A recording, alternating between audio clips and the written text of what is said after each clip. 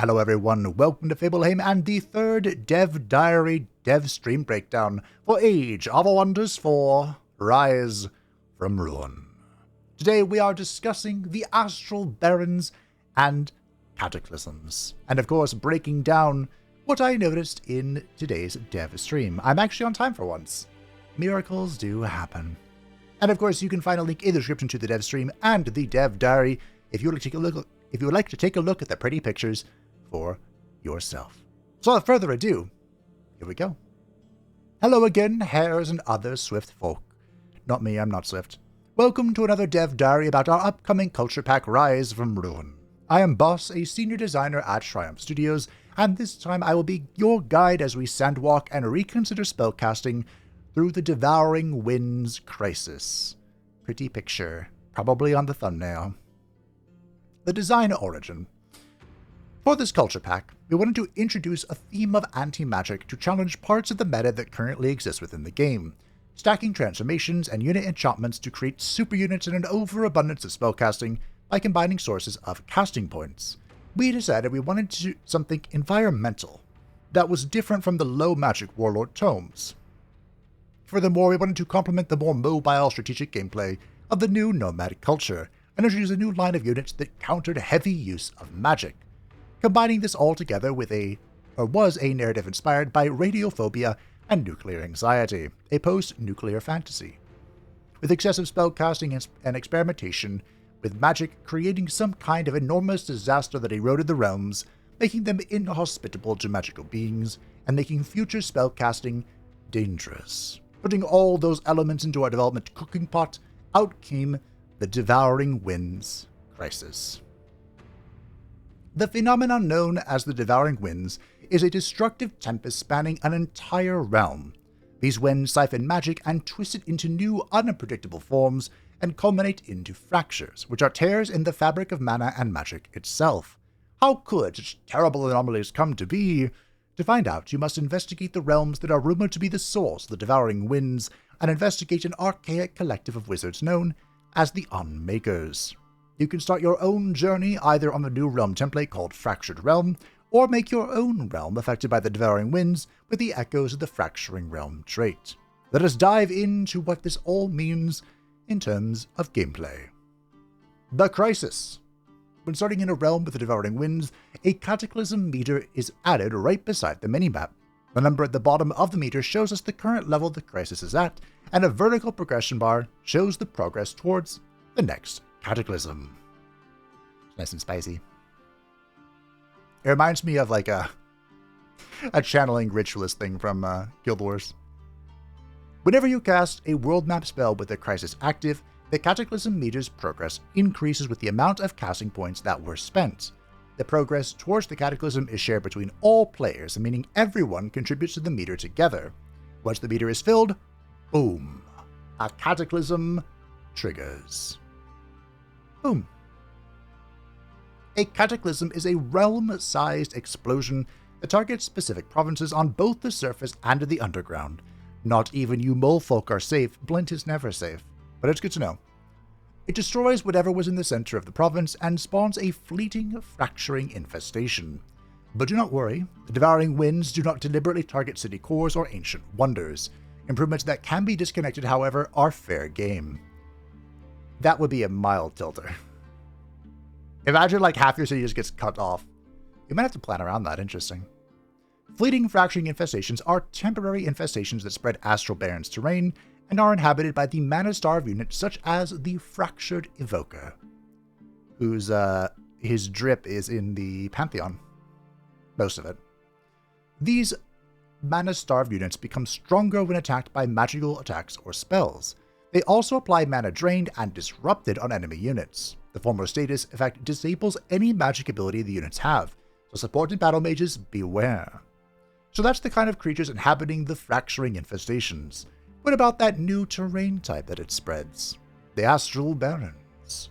Terrain type is similar to the desert terrain, primarily consisting of sand and mountain features to create a landscape of windswept erosion where magic is siphoned out completely. Any nodes present in the Astral Barons will instantly become ruined, and cannot be restored until the Astral Barons is gone.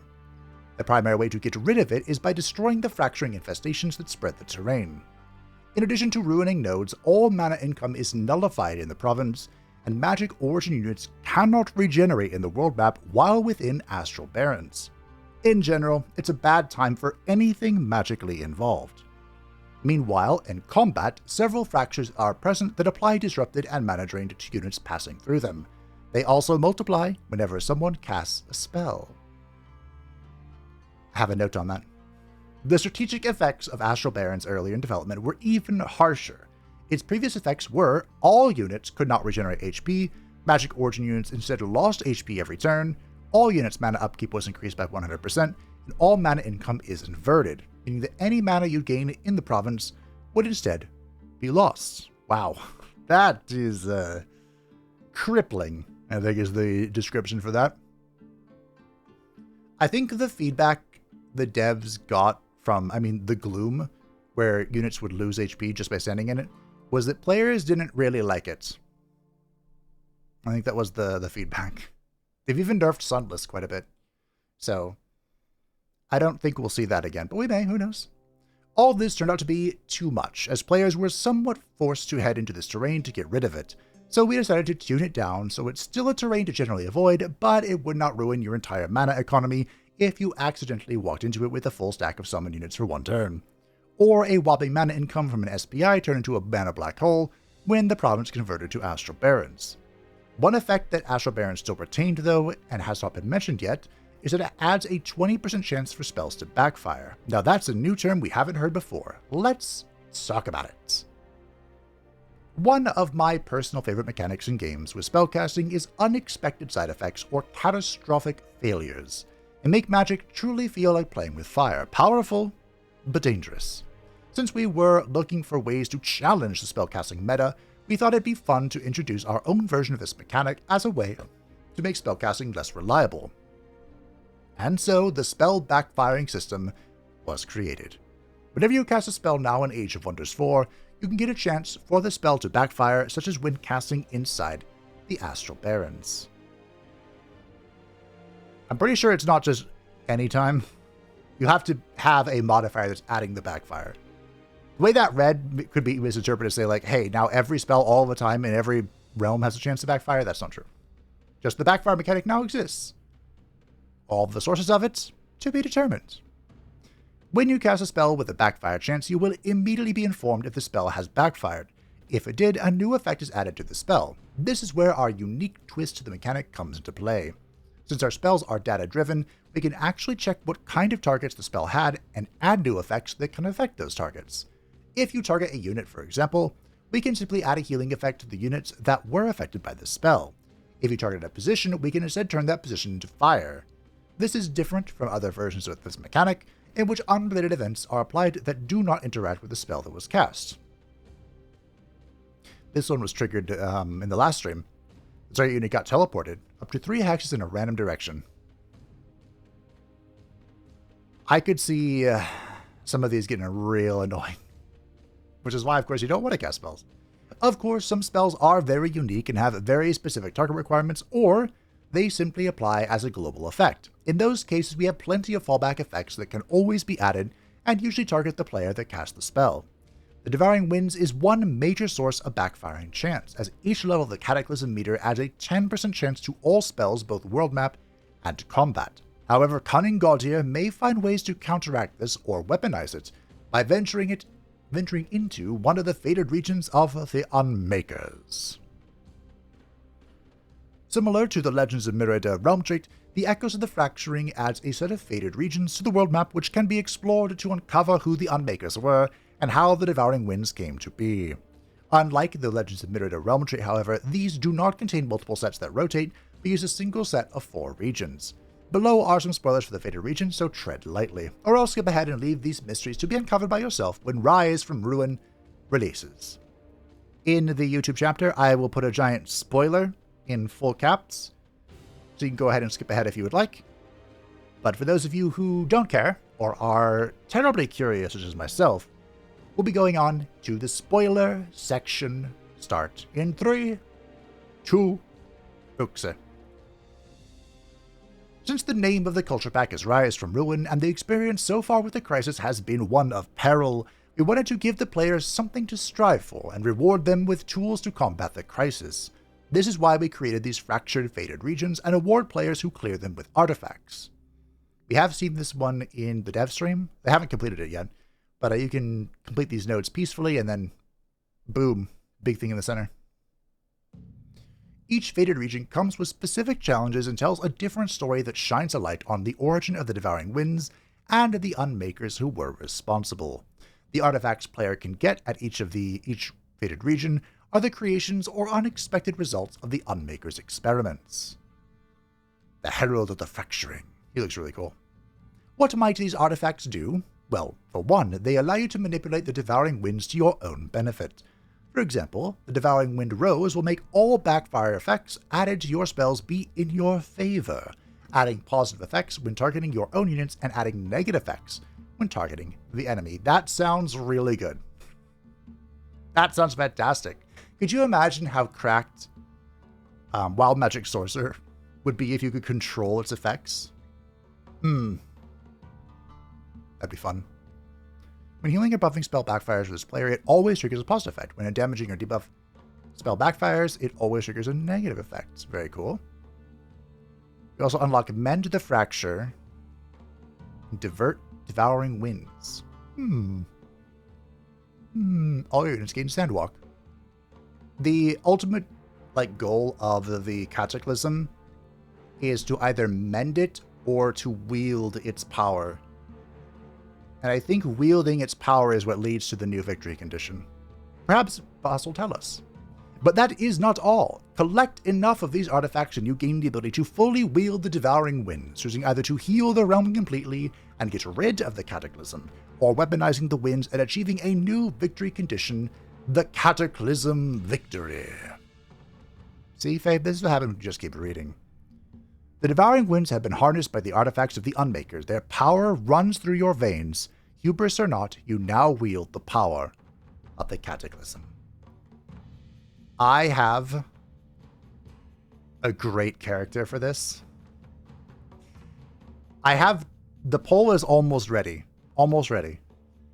And I have 2 bunnies and 1 surprise character who has come back from the past to try and claim his victory. And I think only 2 of them would go for the Cataclysm victory, though. We'll see. Yes, I totally achieved this legitimately on turn 1. Good job. Proud of you. Alright, the spoiler section has ended. Welcome back, everyone who skipped ahead. As you can see, there are plenty of challenges available for you to try and master. Pack up your settlers and set sail for the nearest fractured realm when Rise from Ruin drops on the 9th of March. Come back in next week when we take a look at some of the revamps we've been working on that will come with the free update alongside the culture pack. For now, safe travels and beware the winds. The daughter of the sea. Cool. So that was pretty much what I expected. Boss talked a little bit about this during the stream as well, kind of like where the Cataclysm came from and how they were inspired by all of this. Yeah. Anti-magic, I think, is a good theme. And we'll see just how well it was implemented. But now it's time for part 2 of the video. These are screenshots of the dev stream that I noticed cool and or new things happening. There weren't as many as in the previous episodes, but there were still some. And we're starting off with the Exalted ranks. These are ranks that have been added/re-added to the game that allow you to level infinitely beyond Legend. And as you can see, they just give you plus 10 hit points. But of course, plus 10 hit points is plus 10 hit points. And if we've learned anything from the Culture of Death, the Cult of Death, excuse me, 10 hit points is pretty good. Pretty good. They found a Fractured Scorpion, one of the new Fractured units. Unfortunately, it turned away from us, but pretty cool. There are now 3 Scorpion models. This is the Ruined Golden Wonder, the Shattered Snag. They did talk a little bit about the Ruined Wonders, so we'll get to that in the handy dandy notebook, 69. Nice. I noticed this reabsorb button, and I thought it was just a new button for everyone, but I think it is specifically a Nomad button. This allows you to just in one turn, pack up that province, and it'll go back to the city. I do think it'd be cool if everyone could do this, but I understand, unique mechanics are unique mechanics. You could, of course, always abandon a province, but I believe it's a 3-turn process. I think there's a penalty for it. Maybe not. This is the infestation map they are fighting on, and, well, it looks cool. Here is the creeping effect. There's this little swirly thingy here. It's creeping and draining. Whatever combat spells cast this obstacle duplicates itself to an adjacent position. They mentioned how in the sunless terrain you have the creeping thorns, and they said that the feedback they got from players was all positive about that. Maybe not all, but primarily positive, so they wanted to add more creeping effects. And I get how it's cool, like, mechanically it's a new thing to interact with. It's fun. Personally, I wasn't a huge fan of the thorns. They're kind of annoying. But as long as you can destroy them, I guess it's not that big of a deal. They also are draining, so if you pass through or end their turn on the position unit... What? If the unit passes through this or ends their turn in the position, they suffer disrupted. Where do we go? For 1 turn, and if that unit has magic origin, it also suffers decaying, which is unchanged. Still the whole heal for less. That's a nice little close-up of the center fracture. Hello, that's me. Okay, I'm not sure what happened, but hopefully I have fixed it. This is the Sentry Nest, which is a new structure for the Nomad culture. This is their replacement for stone walls. It gives 20 fortification, just like the Palisade wall, but it'll summon 2 Striders on their side when they defend, and of course it has the XP bonus that a stone wall has. They had to put something here just because of how many buildings require a stone wall to progress, so, hey, better than nothing. This is the Scavenger Vault, which I believe is for scavengers only. It is plus 20 production, and at the start of combat, 3 friendly units gain looted power, which is something. The Fleeting Fractured Infestation is one of the infestations they talked about in the Dev Diary, but here it is with 15 turns until it destroys itself. Boss mentioned the idea was that if you left the region for whatever reason, like you're playing the Nomads and you just pack up and get out, they'll clean themselves up over time if players and the AI ignore them, which is nice. But not all of them are like that, such as this Silver Fractured Infestation, which is of course permanent and growing in power. The spell has backfired here. Their Dune Stalker transformation. So their mana income is reduced by 20% for 3 turns. That is a pretty bad backfire, but hey, you have to stomach it sometimes. Also, they mentioned that the Cataclysm, they are keeping a very close eye on the Cataclysm meter not to trigger it. It will now glow if you would cross over the threshold and trigger a Cataclysm. The game crashed, unfortunately. It happens. They're on an old build. Hot code and all that. Well, it's all hot coders. Outdated code. And nobody noticed. Nobody noticed. I wonder where that is. I don't know. I wonder. Here is a tier 3 city that has all been packed up. Big old ship in the middle. And then 2 on its side. Good times, good fun. Apparently the sail is your secondary color, your accent color, which is nice, a nice touch. Somebody partially completed this fated region and triggered the Great Worm Infestation. Big and spooky. I don't believe you actually fight the worm itself. This infestation grew, and for some reason I thought it instantly destroyed this province. Oh, it looks like it destroyed the node there? Maybe? Anywho. Reason to clean them out. The core contamination was one of the fated regions. They walked into it and had a good laugh at the Toad Boy. It's okay, Toad Boy. I love Froglocks. They were so good in EverQuest too. It was such a unique model. Good times. So anyway, here's the Great Worm Infestation. Of course, a gold spawner, big and spooky, and its effect, this territory of the Great Worm will suffer gargantuan tremors, which I believe is the only way to completely bypass Resurgence. And Steadfast. I mean, you can cleanse Steadfast in some situations. But, yeah, the units that die to the worm are just devoured. There's nothing left. No body. There's no coming back from it. Although, ironically, they do still drop their loot for the scavengers. The worm didn't want to digest it. And like I said, you don't fight the big worm, I'm pretty sure they mentioned. But they do have these pretty spooky tier 4 worms. The Fractured Worm and the regular Sandworm, which I believe you can obtain as a player by doing Call Greater Wild. Call Greater Wild. Call Greater Animal on sand or Astral Barren terrain. You would have a chance to get this guy. Although I think you can pick now. So maybe you get his guarantee, get him. They assembled upon an infestation inside the core of contamination. There's just a scout, so, you know, they had to skedaddle. Here is the Warforge in all of its glorious beauty. Of course, the SPI with the Tome of the Warlord. Looks pretty cool. Horn would be proud. And we went over the Tome of the Warlord in the previous video, twice actually.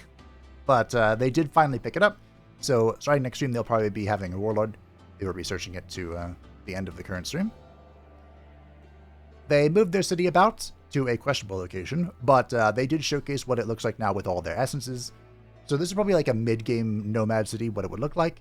The Ancient Wonder essences is really... Look at these resources. It's incredible. This is just for the scavenger, I'm pretty sure. So the Conquerors are going to have to hold down their Ancient Wonders the good old-fashioned way. They're casting the Shadow spell, Shadow Blade, I think. Shadow Evasion. And they also got a backfire.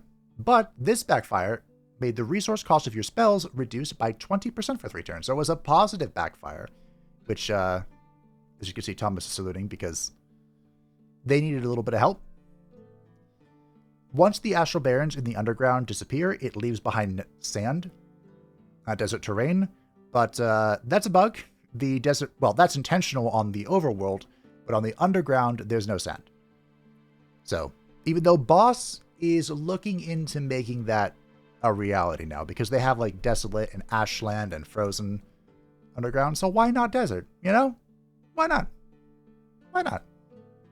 And that, of course, is the last picture I have. Told you there weren't that many today. But that leads the hand and a notebook. Which, again, I think there's more here than there are in the pictures. So you only get grievances for triggering the Cataclysm, not contributing to it, which is why it's important that it glows now to give you a little bit more feedback. The Astral Barrens have sand and leave sand, as we can see here. The devs would love to create some sort of like romance mechanics, but they don't know if they'll be able to. The Cataclysm and the Legend of Merida Faded Regions cannot be done at the same time. Apparently, they tried to make it so you could, but the map wasn't large enough for all of the events to spawn, so you wouldn't be able to complete them. So they said nope. There is a geography trait in Realm Setup that adds Astral Barrens, so you can play with Astral Barren terrain without having all this Cataclysm Faded Region shenanigans going on, if you'd like to.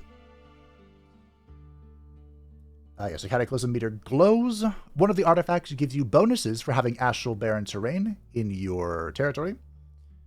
Someone asked about like a Fiend Lord, an Infernalist, or contract mechanics, and Boss said that they were working on something for a future DLC that might make that commenter happy. I have all of a sudden very high hopes, but I'm not sure what that could mean. That kind of like led into a discussion about diplomacy, where it's on their mind. They would like to change it, but they're currently not working on diplomacy because any major overhaul would have a lot of far-reaching effects. because of how the diplomacy system is set up and how there are sequences predetermined for like story realms and challenge realms and stuff.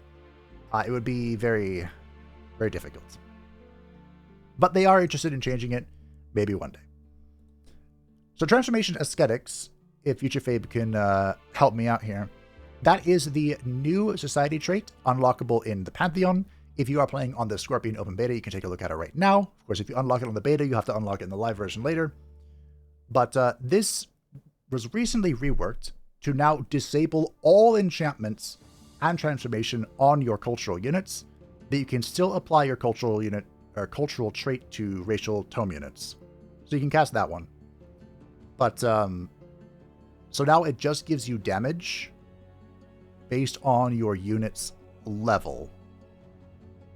Health and damage based on your unit's level, and it gives your heroes damage and health based on their signature skills. I was really sitting here thinking what I would want to do with this transformation. Because, of course, we just talked about the dev diary, how the meta of the game is to cast enchantments and transformations and stack them all together. Some glorious, grand, climactic finale. How would we play without it? I wasn't sure. I felt like the architects could be good for this. But you have to let me know. The Empire Tree rework is underway. But all boss can say is that there are a lot more traits in the tree than there are now. That's all I can say. The Cataclysm has a natural decay, and its decay and its requirement will scale with player count. And the Cataclysm caps at level 10, but it can be endlessly triggered beyond that. It caps at 10 because then you're at 100% backfire. Some wonders can be ruined by players in their events, and restoring wonders requires an affinity. Like, for example, you need nature affinity to restore the world tree. I don't know how I feel about that, but even if you don't restore it, it still functions like the regular version. It just has less benefit. So, I mean, probably not that big of a deal.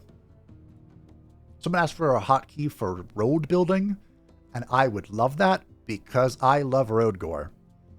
It is efficient, but not beautiful. There's currently no plans to increase the player size capacity for Realm. Of course, the game really starts to chug as you get bigger and bigger and deeper and darker. Keep your eyes peeled about new sub-realms like the Eldritch Realm or the Umbral Plane. They had a mixed reaction to this. Boss was like, well, keep your eyes peeled. And Thomas was like, well, that really slows down the game because of the scale of everything. But it sounds like we may get a new layer eventually someday, maybe? We'll see. I believe layer is what they're called. Devs are aware of, and speaking of that, devs are aware of and are hoping to improve optimization for late game, but there's really nothing to say right now. It's just a long process. And somewhere on that note, they're aware of a lot of out-of-sync issues. They are trying endlessly to create out-of-sync, or not to create, but to fix out-of-sync issues. Just, when they add new stuff, they create new bugs, and they try and crush them before the thing releases. A never-ending cycle, honestly. You smack one, another one pops up. Fey Lord, Lord of the Fey, is a popular suggestion for a new ruler type. It sounded like they weren't very interested in doing it, but they are aware people want it. More ways to interact with infestations are possible in the future, like the Crusader host being neutral towards good people. And currently, I didn't know this, but any infestation that you summon will be neutral towards you. It's pretty neat.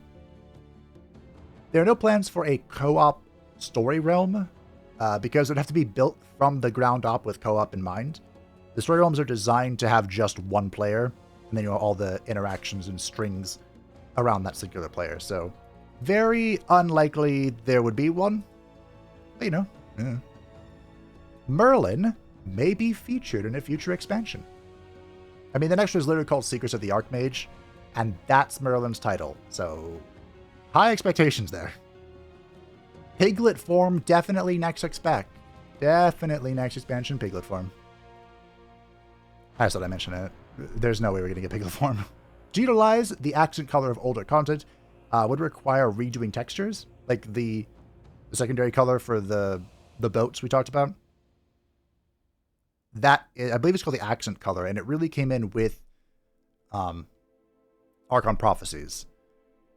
And I guess the Eldritch Sovereign kind of has one, with like the metal color and the skin color, or flesh color, or whatever. But yeah, it's really just for newer units and models and stuff. Dragon Armor is something that Thomas wants, but knows it's probably not happening, which is sad because I would also love it. There is not going to be any magical girl transformation, and Boss will not elaborate further. Thomas would love a Tome of Engineering, or to expand upon the theme of the Dreadnoughts, but he doesn't really see that happening. It would be cool. I floated the idea of an engineering class. I'm not saying you should rip off Guild Wars 2's engineering class, but it is a pretty good representation. You know, just saying.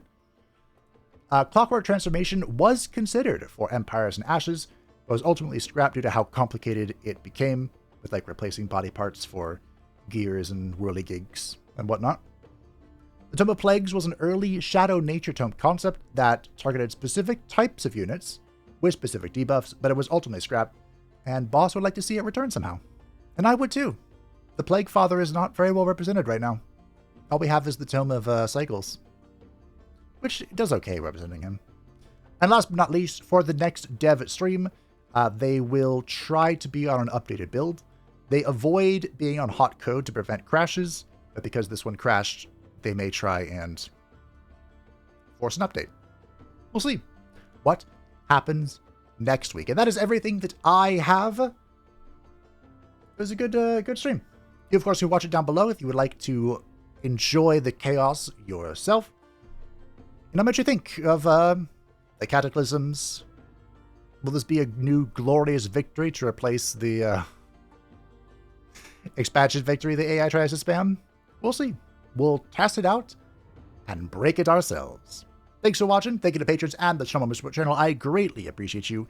If you'd like to stay up to date with anything happening channel, feel free to join the Discord description down below. And I'll see you next week.